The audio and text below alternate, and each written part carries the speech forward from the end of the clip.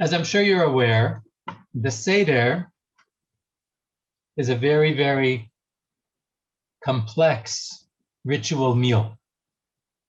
It's really the most complex ritual meal of the year. The word Seder means order, which already indicates that there's many steps. So in the traditional Seder, as we will see, there are many, many steps. And maybe I'll begin just by highlighting that a little bit. I'm going to put this up as a share screen, and we'll talk about it briefly. Let's see if this can come up. There we go. So I hope people can see that.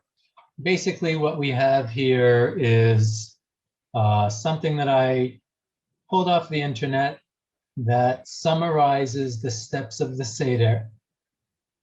This one is in Hebrew.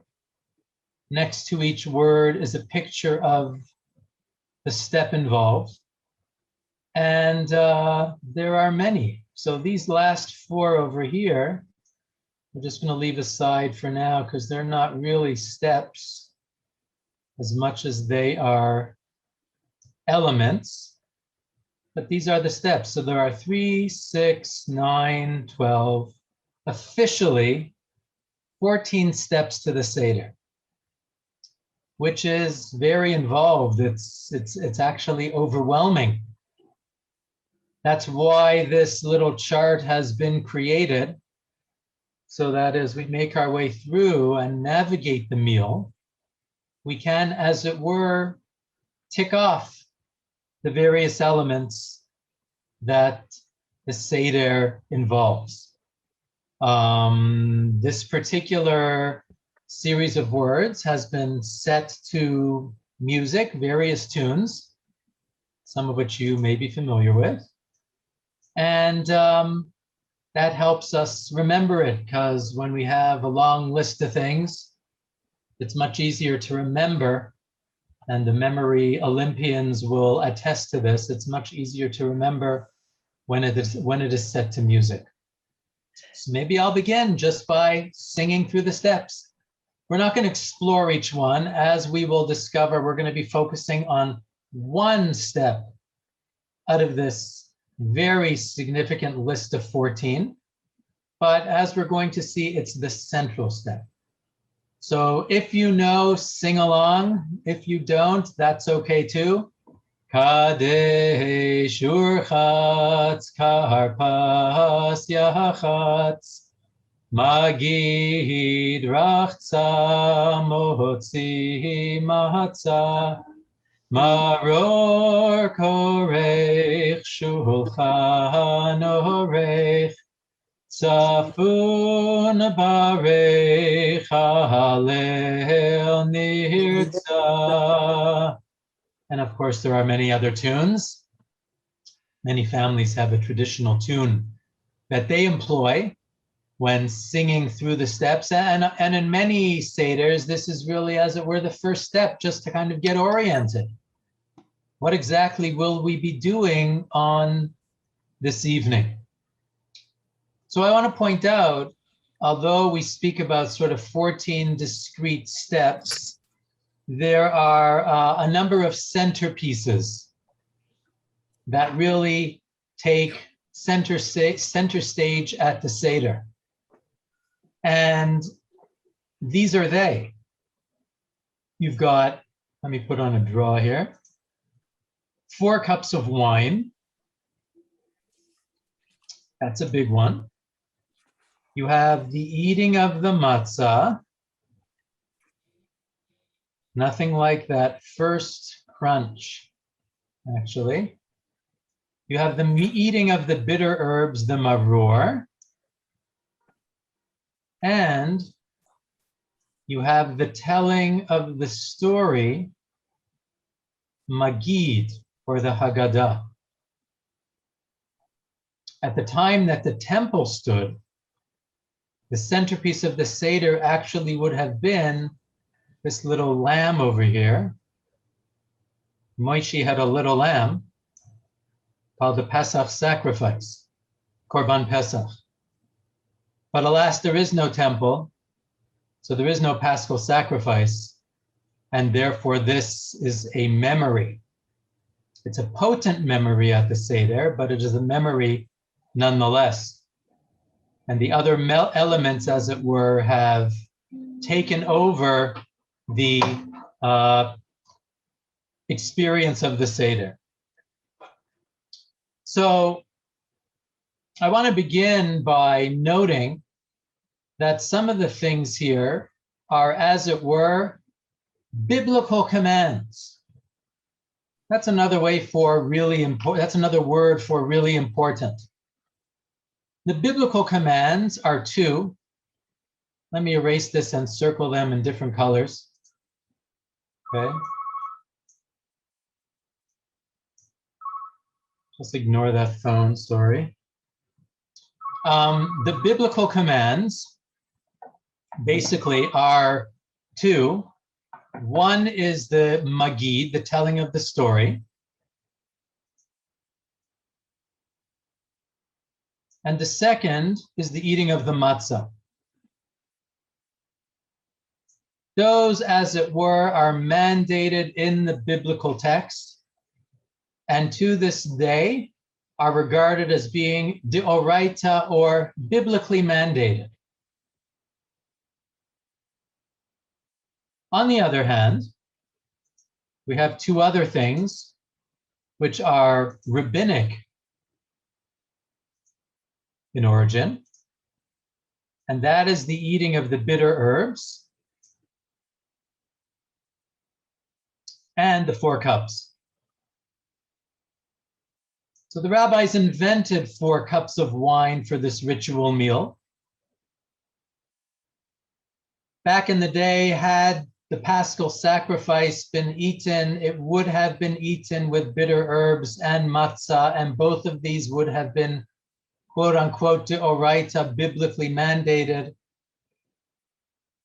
But currently, in the absence of a Paschal sacrifice, only the matzah remains a biblical command, and the bitter herbs become a rabbinic ritual.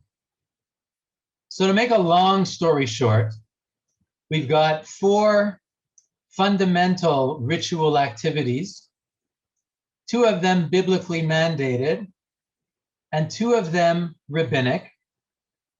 And as it were, these 4 things basically serve as the underlying structure for everything else. So I'm going to stop the share for now. We can come back together. Of course, if there are any questions or comments along the way, please feel free. We'll answer along the way if possible, and if not, then as we make our way. And from here, we're going to begin talking about the Haggadah itself, which is, as it were, the biblically mandated ritual of telling the story of the Exodus from Egypt. In its current form, what we call the Haggadah, the telling of the story is a text which is read, call it a liturgical text. The text as we possess it dates from the time of the Mishnah, earlier, say the late Second Temple period is when it's beginning to take shape, which means that it's roughly about 2,000 years old. Not all of the elements, but the core elements in the Haggadah. And the truth is that the idea of telling the story of the Exodus is already spelled out in the Torah, in the biblical text, on 4 separate occasions. I'm not going to go through all of it now. One is on the eve of the Exodus in Exodus chapter 12. Two are in the immediate aftermath of the Exodus in Exodus 13. And a fourth reference, Moses recollecting the events in Deuteronomy chapter 6 and Devarim chapter 6. So there are four moments in the biblical text where the children will ask and we will be called upon to respond. It could very well be that that is the inspiration for the rabbis to create 4 cups of wine. And as we're going to see, the number 4 figures prominently in the Seder.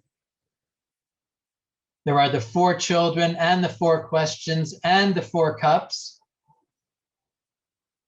And quite possibly what led to the inspiration of 4 cups of wine, which is a rabbinic innovation to structure this meal, was the fact that the Torah mandated telling the story or responding to the question of the child in 4 separate contexts. So all to say that the number 4 figures prominently.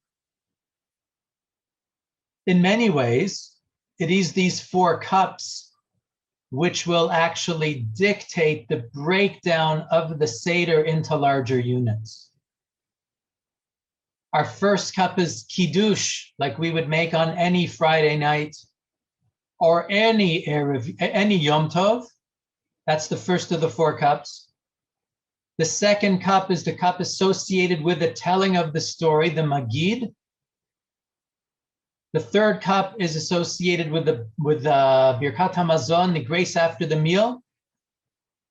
And the fourth with the recitation of Hallel. And we'll get to all this stuff, so if it's not familiar, not to worry, just be patient. But I want to begin with one fundamental term, which I think actually holds the key to understanding whatever it is that we are attempting to accomplish on this night. And that term is Haggadah. The Haggadah is the name of the text. The Haggadah is the story that we tell. But Haggadah is a specific Hebrew word. Haggadah is a noun form. The infinitive form is lehagid, to tell, to recount. But for those of you that are grammarians, you may be aware that actually the root of Haggadah is somewhat unexpected. Without getting into all the details, there is a dagesh in the letter Gimel, which indicates a letter which has fallen out in conjugation. And the missing letter is a nun. So the root of the word Haggadah is actually nun, gimel, daled, neged. Neged is relational. When I say neged in modern Hebrew, it can mean opposite, spatially, ideologically. It can mean oppositional as well. That's what neged means. In neged, there is always a relationship of one person to another.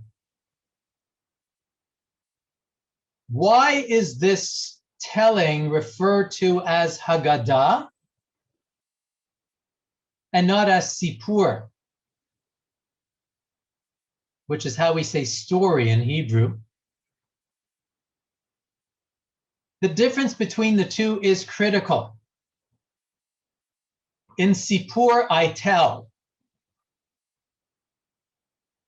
I recount. There's a listener out there somewhere, maybe, but there's no engagement in Sipur. If there is engagement, it's passive. It's the engagement between a speaker and a listener. That is Sipur. But telling the story of the Exodus is not about Sipur, it's about Haggadah. And Haggadah implies that whatever I am communicating elicits a reaction. Whatever I am saying becomes the subject of a discussion. Whatever I am sharing becomes an opportunity for engagement. That's Haggadah. So when we speak of Haggadah, we're not speaking of the telling of the story of the Exodus, but something else entirely. Some sort of active engagement with that moment and with that event. Something which is dynamic.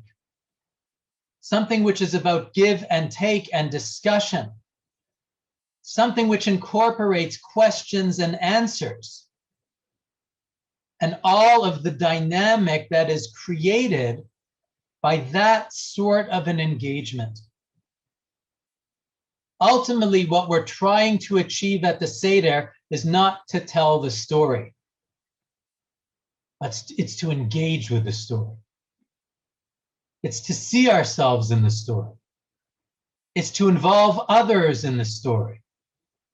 It's to discuss that story and to dynamically engage with it.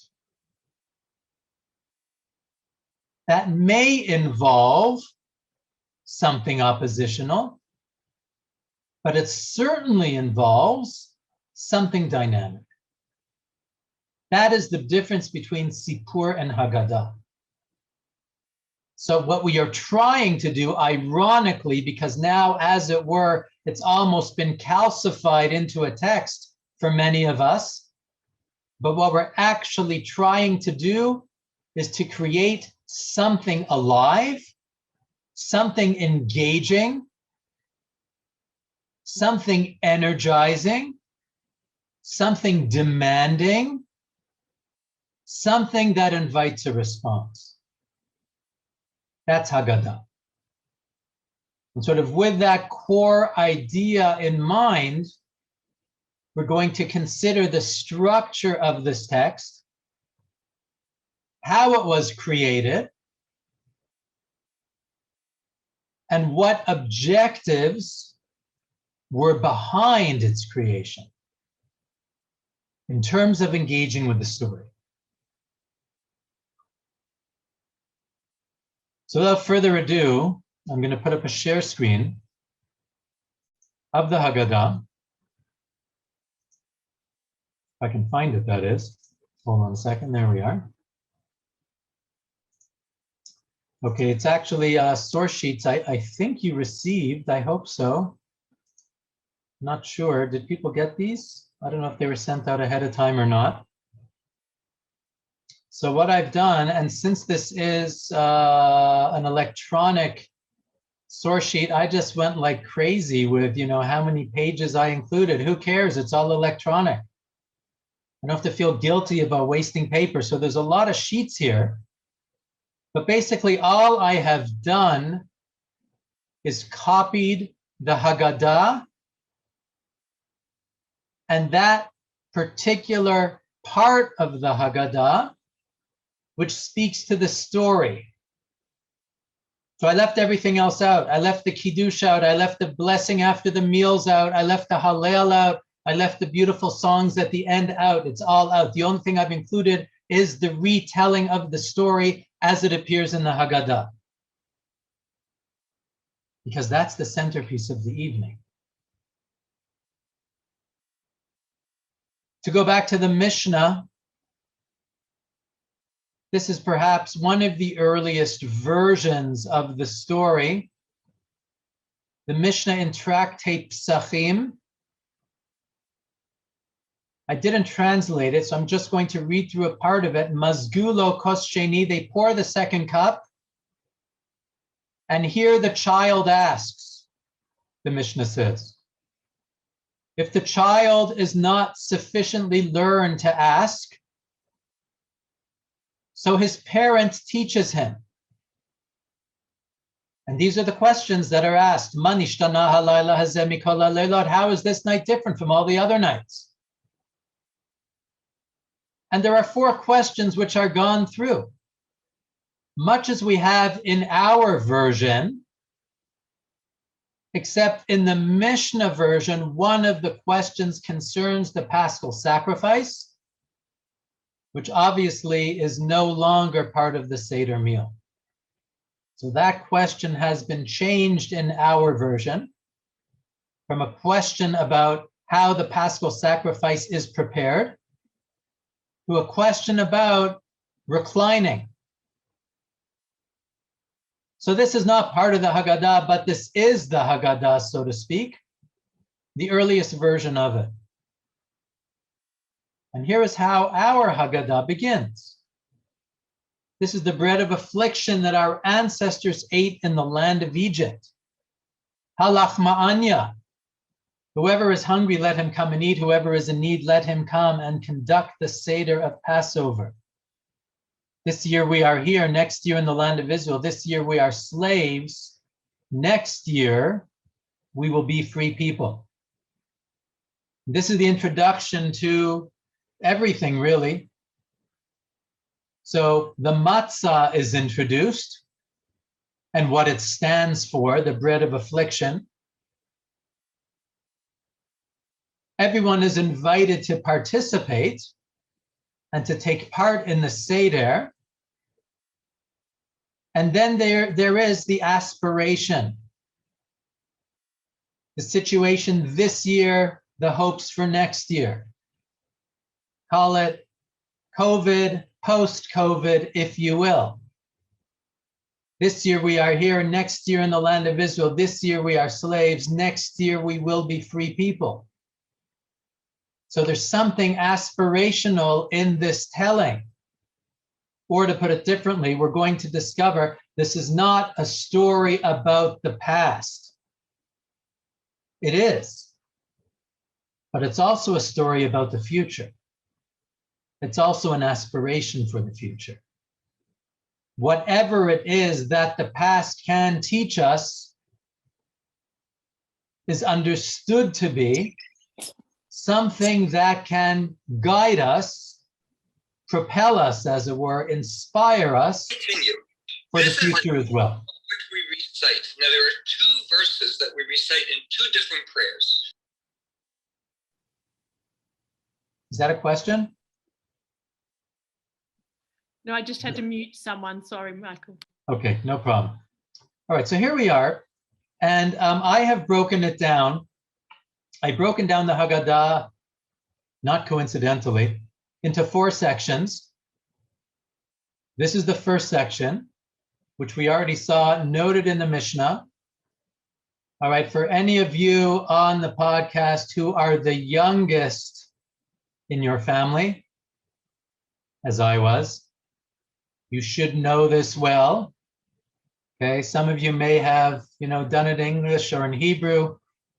Of course, there's a traditional tune, which many of us know. But as you can see, there are 4 basic questions. There's really one basic question. Ma nishtana halayla hazeh mikol haleilot? What makes this night different from all the other nights? By the way, just in terms of indicating my sources. So I took the translation from the Chabad website. It just is the most accessible. Okay, it's not that I have a particular interest in it. Back in the day, we may have used the Maxwell House Haggadah, whatever the case may be, but whatever, in terms of the online version, that's where I got the translation from. But as you can see, what we basically have is a series of questions. 4 questions to be exact, and a general question which underlies everything. And then we actually have an answer. What is the answer? We were slaves to Pharaoh in Egypt, Abadim hayinu leFaro b'Mitzrayim, and the Lord our God took us out from there with a strong hand and with an outstretched arm. So if I wanted to sort of distill this dynamic, I would say fundamentally what is happening here is a series of questions and an answer. And I've noted the questions by putting it in italics.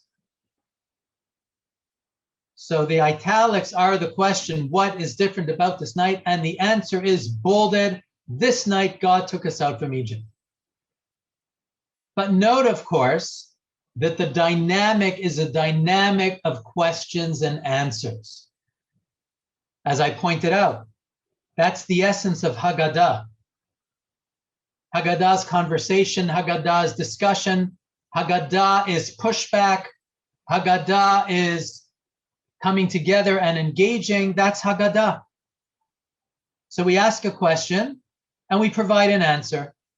And this first version of the answer is obviously the most straightforward and simplest one, i.e., this night is different because on this night, we left the land of Egypt. And then we have a story of the rabbis, 4 famous rabbis, in spite of their fame, in spite of their wisdom, in spite of their understanding, in spite of their mastery of the material, they were engaged in the discussion until daybreak, which means, I suppose, that there's a lot to discuss. And this is followed by a blessing. Baruch hamakom baruch hu, Baruch shenatan Torah la'amo Yisrael baruch hu. Blessed be the omnipresent one, blessed be he, blessed is he who gave the Torah to his people Israel, blessed be he. Or to put it differently, in terms of the elements, questions, answer, gratitude. End of scene 1. So this is basically the first part of the Haggadah. It consists of questions, followed by an answer, followed by gratitude. And of course, the gratitude follows naturally. Having been slaves and having been freed, we ought to be grateful. And of course, gratitude in our tradition, in our text tradition, looms large, as any Jewish parent will tell you and remind their children. Don't forget to say thank you. It's an important idea. Okay, so once again, in terms of how I've broken it down, and if you don't have this source sheet or these source sheets, I'm happy to send it out to you, or Carm will. The questions in italics, the answer in bold, and the gratitude, which concludes the section. And this is the first section of the Haggadah. And now we have the second section. That's why there's a number 2. And in the second section, we basically do, as it were, Haggadah 2.0. How is it Haggadah 2.0? Not 4 questions, but 4 children. And each child has a question or an implied question. So therefore, you might say it's 4 questions again. So we started with 4 questions. We provided an answer. We expressed gratitude. That's the first version. And now we will do the same thing. Not exactly the same thing, but structurally the same thing. The question of the wise child, the wicked child, the simple child, and the child who does not know how to ask. And these, by the way, are the 4 quotes that I mentioned earlier. These 4 children are inspired by the fact that in the biblical text, there are 4 moments when this issue is raised. The children will ask and we will respond. So the questions are asked, and then the answer is provided. But it's a different answer. It's not an answer about the Exodus in Egypt. It's an answer about our humble origins. In the beginning, our fathers, our ancestors served idols. But now the omnipresent one has brought us close to his service. This has got to be one of the strangest mythologies, so to speak, in world history. The Jewish people recall the humblest of origins for a people dedicated to monotheism. What could be more humbling to recall than the fact that our ancestors were idolaters? But that's who we were. Until we emerge from that state. V'achshav kervanu hamakom la'avodato, and now the omnipresent one, God that is, has brought us close to his service. And sure enough, in the book of Joshua, that is exactly what is intimated. Thus said the Lord, the God of Israel, your ancestors used to live on the other side of the river, Euphrates, that is. Terach, the father of Abraham and the father of Nahor, and they served other gods. And I took your father Abraham from beyond the river, I led him throughout the land of Canaan, etc., etc., etc. So once again, a series of questions, once again, an answer, but it's a different kind of answer. If I were to tease it out, I might say, the first answer is the Exodus from Egypt. That's the answer to the questions. This answer is the Exodus from idolatry. But it's still an Exodus. The first answer speaks to physical servitude and what that felt like. This answer speaks to spiritual servitude and what that felt like. Basically, we are telling two stories that are interlocked. Both of them are origin stories for the Jewish people. The first, call it as it were, the pivot point, the Exodus from Egypt, slavery to freedom, physical oppression to liberation of the body. But the second story is no less important because it's about spiritual slavery, idolatry, the oppression of the mind, and what it means to be freed from that. Effectively, these are both moments of redemption, different in quality, separated in time, but absolutely critical to the origin story of the people of Israel. So the structure is the same. Questions. Answer. Gratitude. I'm just following the order of the Haggadah as it appears. I have removed nothing. I have altered nothing. But if we sort of can appreciate it, the structure will now begin, as it were, to reveal itself. It is the structure of Haggadah, discussion, engagement, and conversation. The Exodus from Egypt, the redemption from idolatry, the physical servitude, the spiritual servitude, the significance of both for our origins as a people and what we stand for in the world.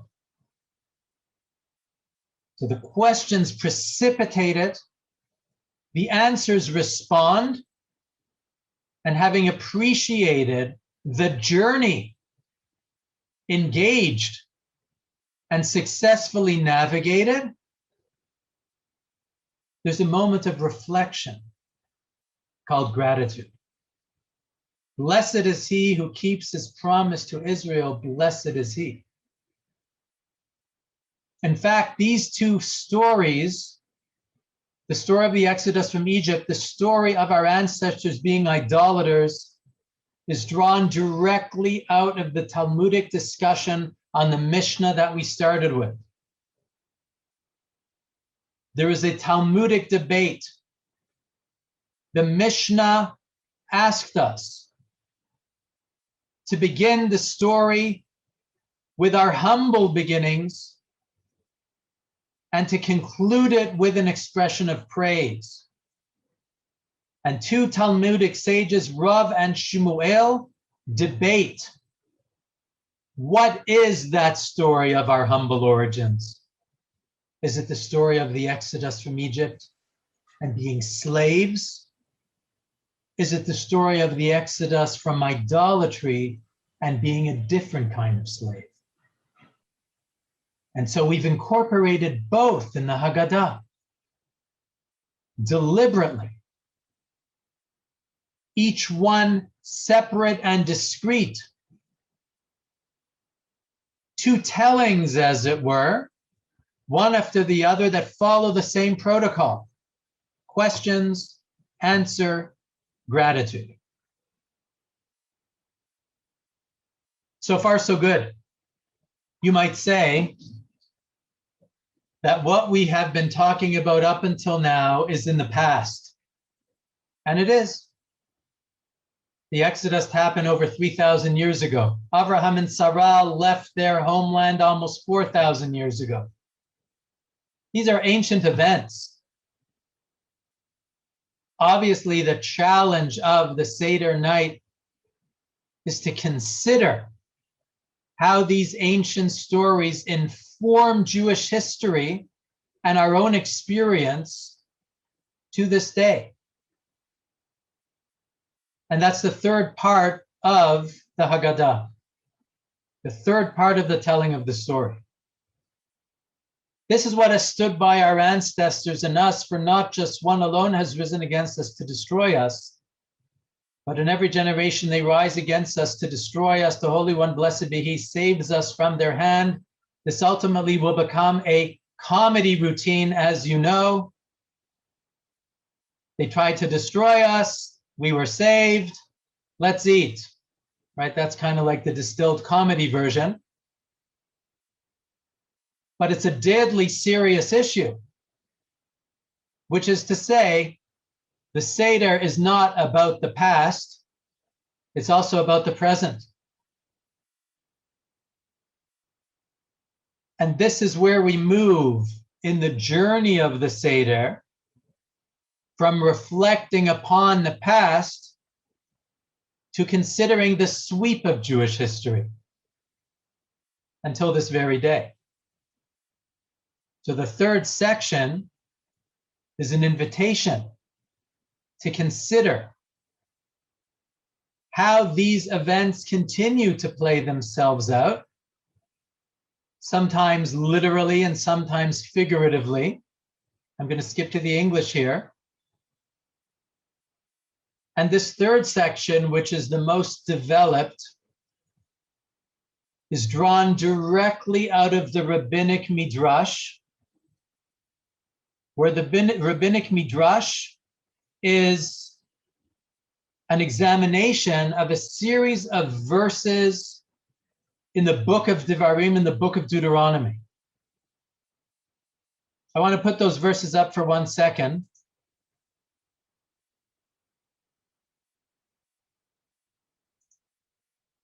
That would be here.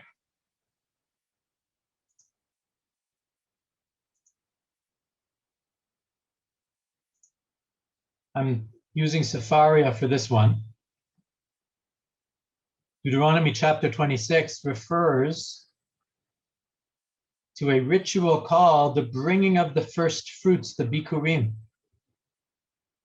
Again, it's no longer observed in the narrow sense because the temple doesn't stand.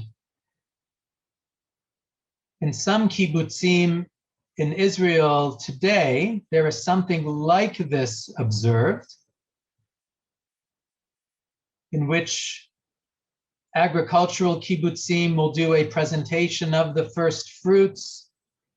It will be a celebration. It will be a moment of expressing gratitude. Anyways, so the first fruits are to be taken and presented. And when they are presented, a declaration is made. And this is the declaration. Arami Oved Avi, my father was a fugitive Aramean. The Haggadah is going to interpret that differently. He went down to Egypt with meager numbers and sojourned there. There he became a great and very populous nation. The Egyptians dealt harshly with us. They oppressed us. They imposed heavy labor upon us. We cried out to the Lord. He heard our plea. He freed us from Egypt by a mighty hand, by an outstretched arm, by awesome power, by signs and portents. He brought us to this place. He gave us this land, a land flowing with milk and honey. Therefore, I bring the first fruits of the soil, which you, the Lord, have given me. You shall enjoy together with the Levite and the stranger in your midst all the bounty that the Lord your God has bestowed upon you and your household. So clearly, this declaration, which constitutes basically 5-6 verses, is, as it were, a distilled version of the Exodus story. Right? The original Exodus story stretches over 10 chapters, more actually, in the book of Exodus. The Seder's long enough. Nobody wants to sit through the reading of 10 chapters in the book of Exodus. So what do? We take 6 verses from the book of Devarim, from Deuteronomy, that capture the essence of the story. And those are the verses that we incorporate into the Haggadah. So I'm going to go back to the Haggadah now. And you'll see that.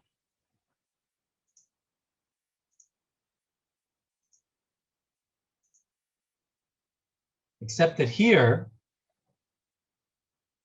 the rabbis insist that the Aramean in question is Laban. We're not going to get into that story now.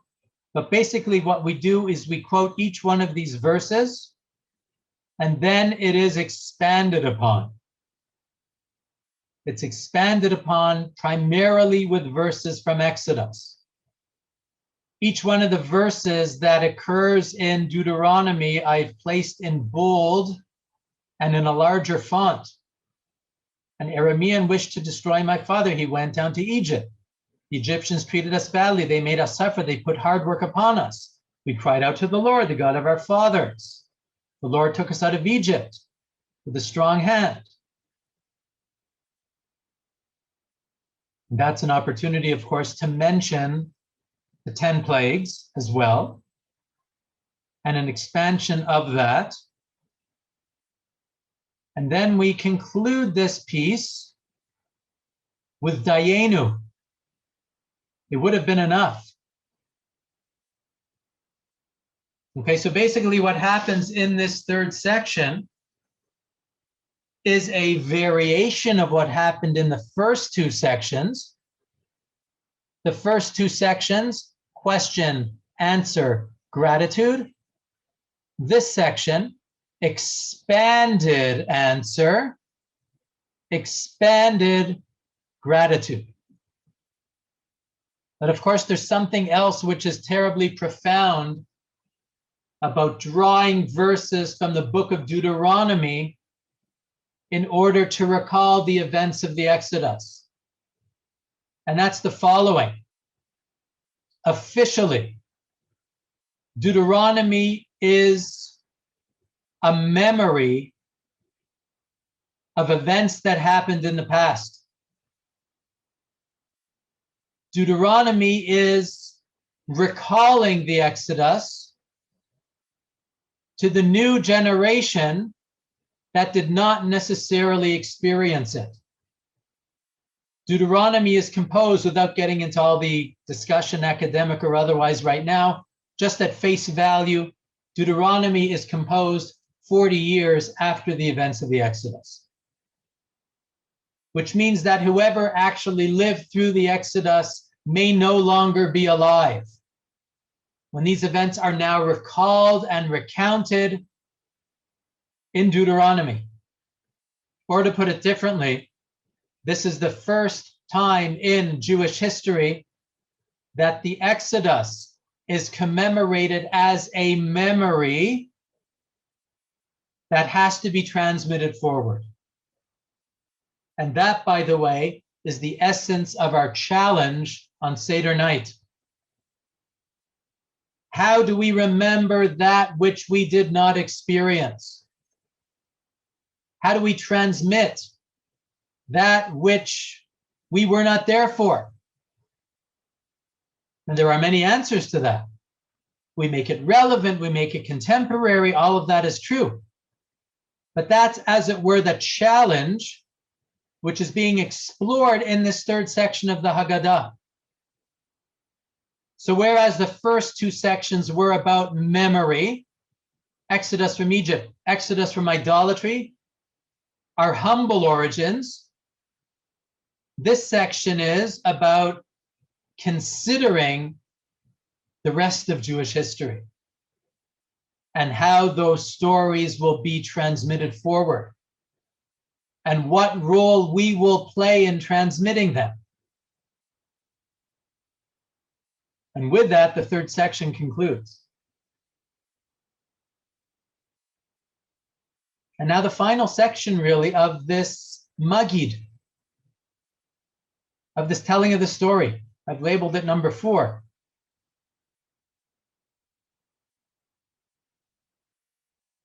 Rabban Gamliel used to say, whoever does not discuss the following 3 things on Passover has not fulfilled his duty, namely Passover, matzah, and maror.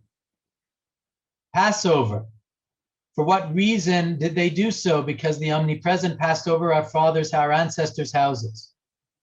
Why do we eat the matzah? Because the dough of our ancestors didn't have time to become leavened. Why do we eat the maror? Because the Egyptians embittered our lives in Egypt, as it is said, etc., etc., etc. You'll notice it's the same structure. Question, answer, question, answer, question, answer. That is the essential energy of the Seder.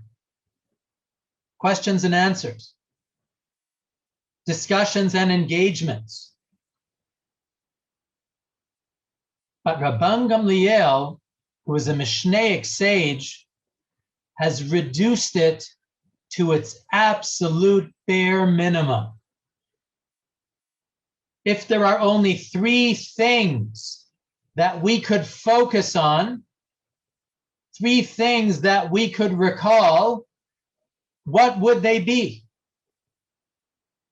These are they: the Paschal sacrifice, the matzah, and the bitter herbs. Rabban Gamliel has distilled the Exodus story to its minimum parts. And by the way, this is the Exodus story. The bitter herbs, obviously, is the slavery, not even in disguise. To eat those bitter herbs is to recall those bitter days. It's a form of concretized history.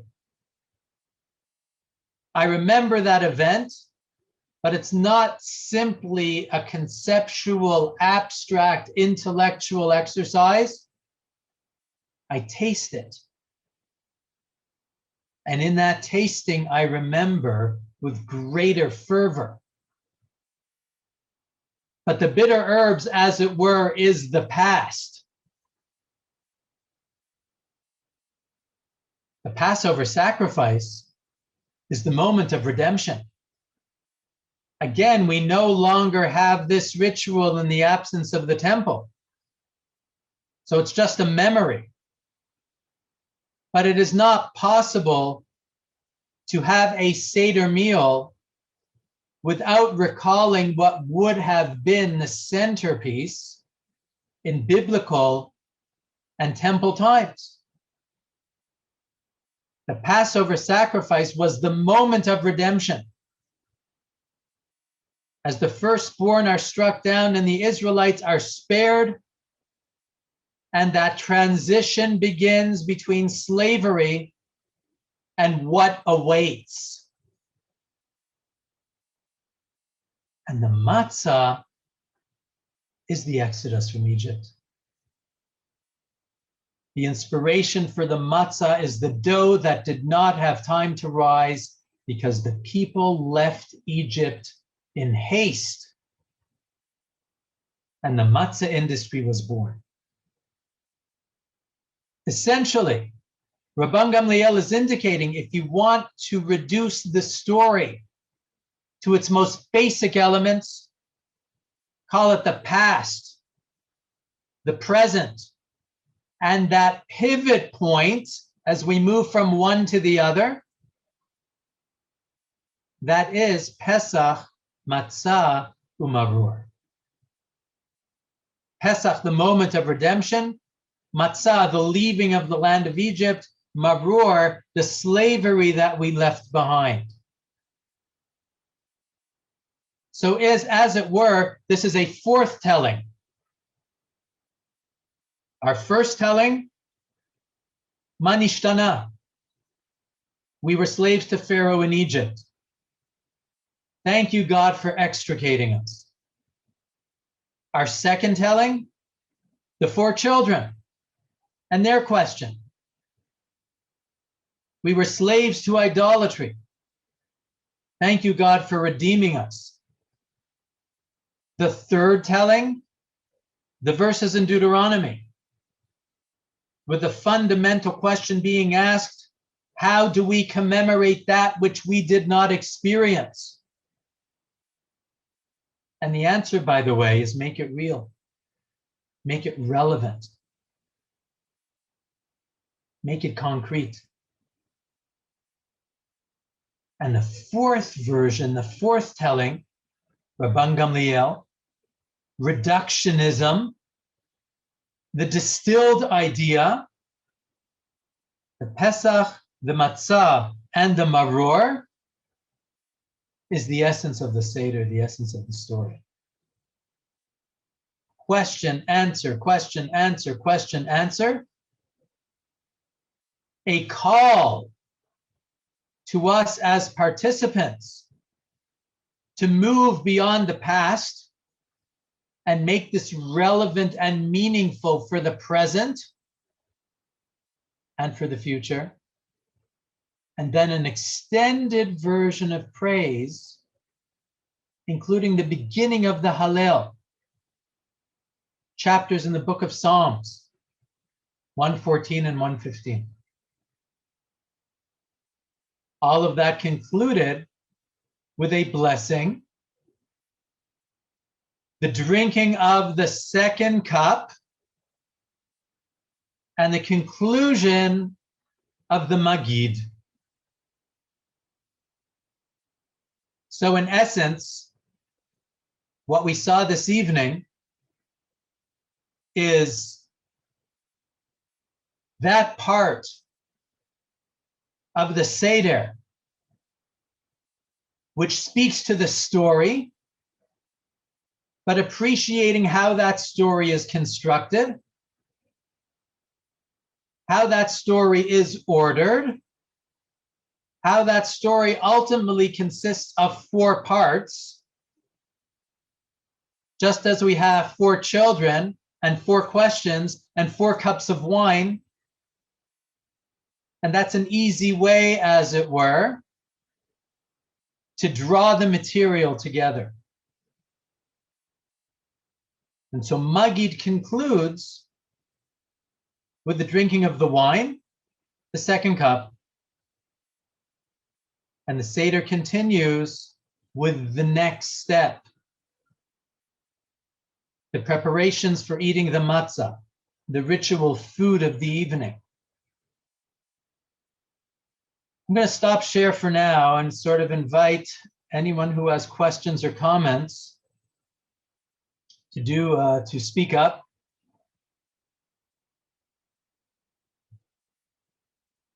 Anybody out there in cyberspace that wants to share a comment or a question? When my kids were little, I had them try to tell the story to keep them interested. And I think Rabbi Talishkin wrote, I think it was him who wrote that, the telling of the story really can be between the two dippings, right? One, the first dipping in history may be the Joseph's coat, and the second dipping is the hyssop on the lintel. So everything that takes place between those two dippings includes and is the basis for Haggadah. It's a beautiful idea. Thank you for sharing that. I should just point out that, we are fortunate these days to have so many resources to make the Seder exciting, engaging, relevant, and meaningful. I mean, when I was a kid, don't take this the wrong way, I was sort of a little less observant. The thing that made the Seder the most interesting was the Stanley Cup finals. But listen, fortunately, there are more teams in the league now, so that conflict no longer exists, as far as I know. But there are so many ways to make the Seder absolutely engaging and fun, and so many Haggadot out there. I'm sure some of you are familiar with them.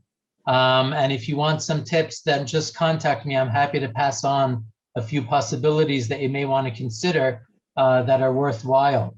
So certainly sort of, to think about the dippings, to think about the larger story, the larger framing, and how that informs what we're trying to do here, I think is very helpful, Elliot. So thank you for sharing that. Anyone else?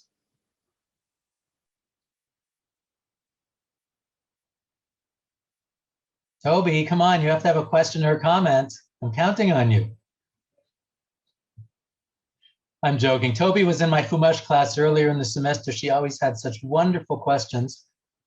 So I haven't seen Toby in a bit. So it's nice to see you again. One of your former students was Hannah Grossman. I don't know if you remember her from a number of years ago. Of course. Yeah. So when Suzanne and I, one year we had a Seder, and we have 4 kids, but that one Seder, we only had Hannah. The others couldn't be here. And we figured out we'll knock the Seder off in 2 hours. But with Hannah, we kept going. The lights went off. We had to go to another room to finish it. And that was your student. Kol hakavod, that's beautiful. So clearly the Seder as engagement. Anyone else? No? Is that a good sign or a bad sign? I'm not sure.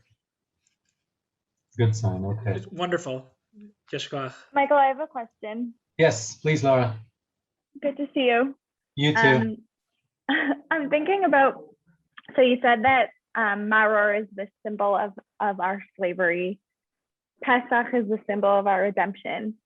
And I'm wondering how matzah could be, or the symbol of our slavery, our lechem oni, and potentially also the symbol of our redemption, the thing that was a part of that moment of coming out of Egypt, at least in one of the 4 stories. And so I guess I wanted to know, where do you think the matzah fits between the Pesach and the Maror being the slavery and redemption symbols? Good. So that's a beautiful question. There's a lovely interpretation by the Spanish commentator Abarbanel, who wants to argue that matzah really has 2 identities. Matzah symbolizes 2 things. It symbolizes the servitude itself, lechem oni, the bread of affliction, as it were. Back in the day, to eat matzah meant that you didn't have lots of time for anything else. and it's certainly not as noble, so to speak, as leavened bread. So it speaks to slavery. And in fact, if you remember the story of the Exodus told in Exodus, the Passover sacrifice is eaten with matzot. And yet the next morning when the people leave, their dough will not have time to rise and they'll end up eating matzot again. And so Barbanel says that matzot, as it were, is the essential food. Like if I were to take Rabban Gamliel and distill it one more step, I might come to the Abarbanel's matzah, which is to say the matzah is both about the affliction and the servitude, as well as about the exodus from Egypt. Or to put it differently, the matzah tells the story of transformation.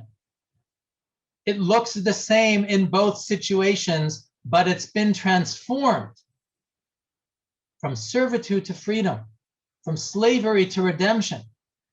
The process that the people of Israel undergo, as it were, is mirrored in the matzah that they consume.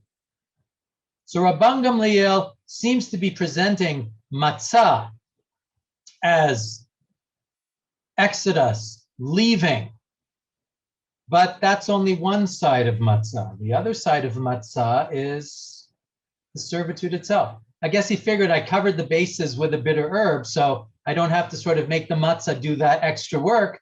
But between you and me and the Abarbanel, that's potentially what the matzah is also speaking of. So on some really fundamental level, the matzah becomes the critical element, as it is, I think, in the Pesach Seder today. It is the matzah, which more than anything else speaks to the nature of the evening, right? And remember, that's one of those quote unquote biblically mandated activities.